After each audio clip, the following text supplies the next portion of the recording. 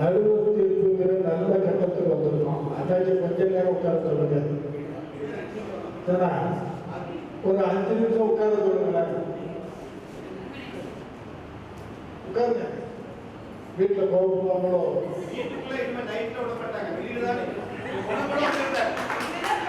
நாங்க பல நாள் அதற்கு தான் நடந்துட்டு நீங்க ஒரு நாளாவது அப்படி இருக்கிறீங்க. அதை விட நடுவர்களுக்கு நல்ல கட்டத்துக்கு வந்திருக்கோம். ரொம்ப அருமையான செய்திகளை எல்லாருமே சொல்லியிருக்கீங்க. ரொம்ப நிறைவான நிகழ்ச்சி. ஆட்கள் குறைவாக இருந்தாலும் செய்திகள் நிறைய நிறைய வந்தது. நம்முடைய கடைசியாக பேசிய திவ்ய பாரதி கூட அந்த பொங்கல் பள்ளியை பற்றி சொன்னாங்க. சிறப்பான செய்தி. 90 வயது கிழவிக்கு 100 வயது அண்ணன் பொங்கப்படி கொடுத்த காலமெல்லாம் போச்சை குடிக்கிறாங்க. சில குறிப்பிட்ட சில ஜனங்களை மட்டும்தான் இன்னும் அது இருக்கு. அது 3 ஒரு வீட்டுக்கு பிறந்த பெண்ணுக்கு பொங்கப்படி வரலைன்னா என்ன அர்த்தம்? அந்த காலத்துல அவன் அண்ணன் தம்பி அப்பன் சித்தப்பன் எல்லாமே செத்து போனான்னு தான் அர்த்தம். அப்படி ஒரு சிந்தனை இருந்தது இந்த நாட்டில். அப்படியே தமிழர்கள் பண்பாடுல நிறைய விஷயத்த சொல்லிட்டே போகலாம். பூரா சொல்லலாம். நம்ம ஜெயஜீவன் சொல்ல மறைச்சிருக்கிறார் பாருங்க. பறவை ஏற்கனவே முதலே சொல்றேன். வில்லிசை முதலே சொல்லியிருக்கோம். இதெல்லாம் இருக்கட்டும். நம்ம எல்லாரும் இசையில என்ன நினைச்சுக்கிட்டு இருக்கோம்? இப்ப திரை இசை ஒரு பக்கம் இருக்கு. ஆனால் சங்க காலத்திலேயே இயல் இசை நாடகம் மூணையும் சொன்னவன் இசையை வகைப்படுத்தி இருக்கிறான்.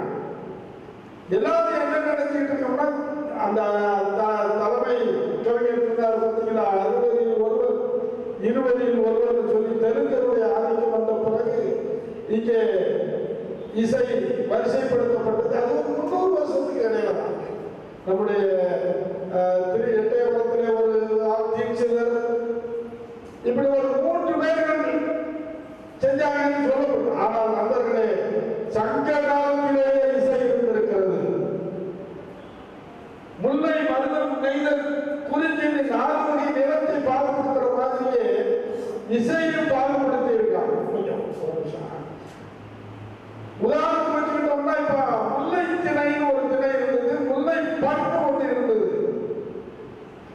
இந்த முல்லை பட்டுதான் இன்னைக்கு இவங்க எப்படி வரிசைப்படுத்திருக்கிறாங்க, என்ன ராகம் வரிசைப்படுத்திருக்கிறாங்கன்னா மோகன ராகமா மாறி. தமிழர்கள் அன்னைக்கு சொன்ன முல்லை பட்டுதான் இன்றைக்கு மோகன ராகமாக மாறி இருக்கிறது. திரை இசையிலே பட்டுக்கோட்டையார் பாடுவார் பாருங்க. இந்த தில்லையப்பல நடராஜா எங்கும் இன்பம் இலங்கவே அருள் மாபதி எளிமையகல வரத்தாவா வடம் பொங்கவா தில்லை அம்பல நடராஜா செழுமைநாதனே பரமேசா. இதான் மோகனம். இந்த மோகனமாக எங்க இருந்து வந்துச்சுன்னா, நம்ம ஆட்கள் அன்னைக்கு சொன்னா பார்த்தீங்களா, முல்லை பண் முல்லை பண் அவன் இசையை பண்ணுக்கு வகைப்படுத்தினான்.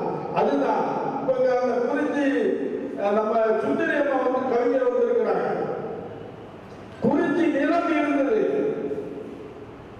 குறிஞ்சி பண் இருந்தது. ஆனா குறிஞ்சி பண் இப்ப இருக்கான்னு நமக்கு தெரியாது. ஆனால் குறிஞ்சி ராகம் இருக்கு. குறிஞ்சி ராகம் என்ன தெரியுமா? சினிமாவில் வந்த பாட்டை சொன்னா தெரியும். சுந்தரி சௌந்தரி நிரந்தரியே சூரியனும் உமையே சுந்தரி சௌந்தரி நிரந்தரியே அந்த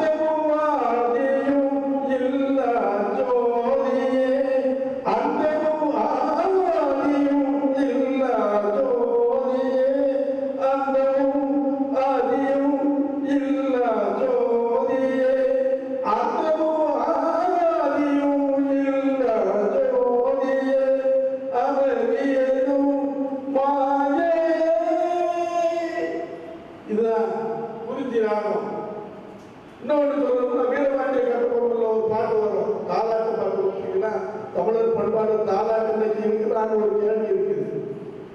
இவர் காயப்பட்டு உடலுக்கு நாங்கள் சுகவீனமா படுத்திருப்பாரு வீரபாண்டிய கட்டபொம்மன். அவருடைய தம்பி மகன் நடனம் வரலட்சுமியா வரலட்சுமியா வீரபாண்டிய கட்டபொம்மனுடைய மனைவியாகப்பட்டவர் ஒரு பாட்டு பாடுற மாதிரி வரும் குறிஞ்சி ராகத்துல. சிங்கார கண்ணே தேனூரும் சொன்னாலே தீராத துன்பங்கள் தீர்ப்பாயே மங்காத பொண்ணே. இதெல்லாம் நமக்கு பழசுதான், புதுசு ஒன்று இல்லை. யாரும் புதுசா கொண்டு வந்த நம்ம குறிஞ்சி பண்ணுன்னு சொல்றது இன்னைக்கு குறிஞ்சி ராகமாக வந்திருக்கு. நிறைய சொல்லலாம். இப்ப ராகங்கள் பார்த்தீங்கன்னா இப்ப என்ன செய்யலாம், ஆறுமை மாதம் இசை விழான்னு நடத்துறான். இசை விழான்னு நடந்துக்கிறான். அங்க என்ன நடக்குது, மானச சஞ்சரனே மானச சஞ்சரனே பிரம்மதி மானச சஞ்சரனே சாமத வரைகபதா. இதெல்லாம் பாடியிருக்காங்க. தமிழ் இசை அங்க இல்லை. அதெல்லாம் வேணுங்கிறது தான் ஜெகஜீவனுடைய ஆசை. இன்னைக்கு அதுக்காகத்தான் இந்த நிகழ்ச்சி, அதுக்காகத்தான் இந்த மாதிரியான நிகழ்ச்சி. இதெல்லாம் பெரிய அரங்குல பெரிய ரசிகர்களோட நடத்த போக வேண்டிய நிகழ்ச்சிகள். எல்லாருமே நல்ல செய்திகள் சொன்னார்கள், நல்ல கவிஞர்கள் நல்ல செய்திகள் சொல்லியிருக்கிறார்கள். தம் புத்தப்படியை சொன்னாங்க. நான் இன்னைக்கு ஒன்று சொன்னாங்க, காணும் பொங்கல் இதெல்லாம் ரேஸ் சீரியஸ் எல்லாம்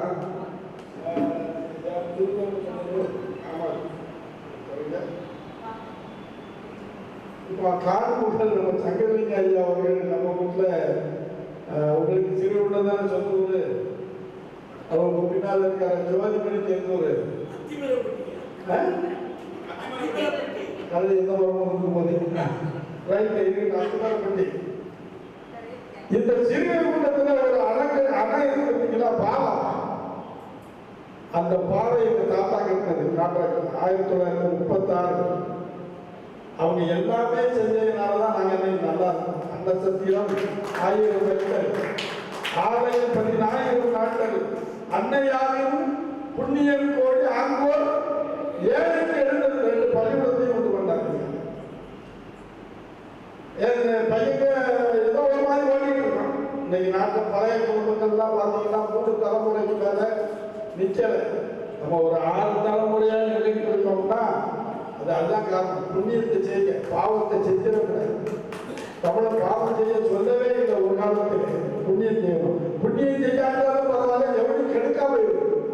அது இதை நான் எதுக்கு எடுத்தோம்னா, அந்த காணும் பொங்கலுக்கு சங்கரலிங்கனா நம்ம வீட்டுக்கு வந்தது, தோட்டத்துக்கு வந்து அவங்க எங்க அப்பா வந்து திருநாள் பூச்சி ஒரு 100 ரூபா கொடுத்தாங்க.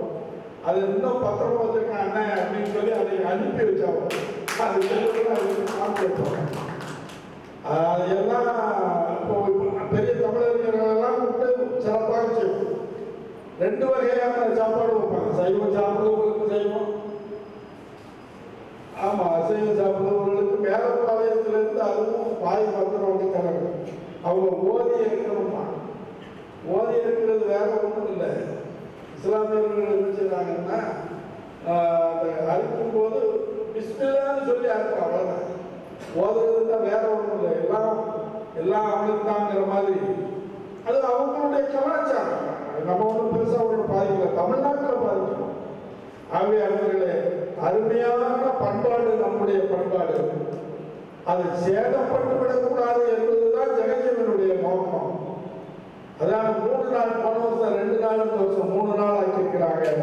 ஆகவே பேணப்படுகிறதா படவில்லையா என்கிற கேள்வி ஒரு பக்கம் வச்சுக்கிட்டு, தமிழர்களுடைய கலாச்சாரம் பண்பாடும் பேணப்பட வேண்டும் என்ற என்னுடைய ஆவலை தெரிவித்து இந்த அருமையான வாய்ப்பை நடைபெற்றிருக்கின்ற அருமை சகோதரர் தமிழ்நாடு அமைப்பினுடைய சிறப்பான நிகழ்ச்சியினுடைய பொறுப்பாளர் ஜெகஜீவன் அவர்களுக்கும், எவ்வளவோ வேலை இருந்தாலும் இருக்கிற சிறந்த எண்ணிக்கையில் வரவிட்டு எண்ணினாலும் கூட அருமையான மக்கள் ஒவ்வொருவரும் சொல்லுகிற செய்தியை உணர்ந்து கொள்ளக்கூடிய அன்பர்கள். அந்த வகையில் உங்களுக்கும் என்னுடைய நன்றியை சொல்லி, எல்லாவற்றையும் படமாக எடுத்து பாரெல்லாம் விடப்படுகின்ற ஒளி ஒளிபரப்பு தேர்வு செய்து படம் எடுத்திருக்கிறார்கள். அந்த வகையில் அவர்களுக்கும் நன்றி சொல்லி மீண்டும் மீண்டும் எத்தனை ஆண்டுகள் நீங்கள் அழிந்தாலும் நாங்கள் வர தயாராக இருக்கிறோம். காசு கொடுத்து வாங்குகிற இடத்திலே வாங்கிவிடுவோம். அதெல்லாம் ஒரு பெரிய விஷயமே இல்லை. இன்னைக்கு அவர் தலைமை கவிஞருடைய கவிதைக்காக ஒரு வாய்ப்பு கிடைத்தது. அதுக்காகவும் என்னுடைய நன்றி சொல்லி மீண்டும் சந்திப்போம். நன்றி.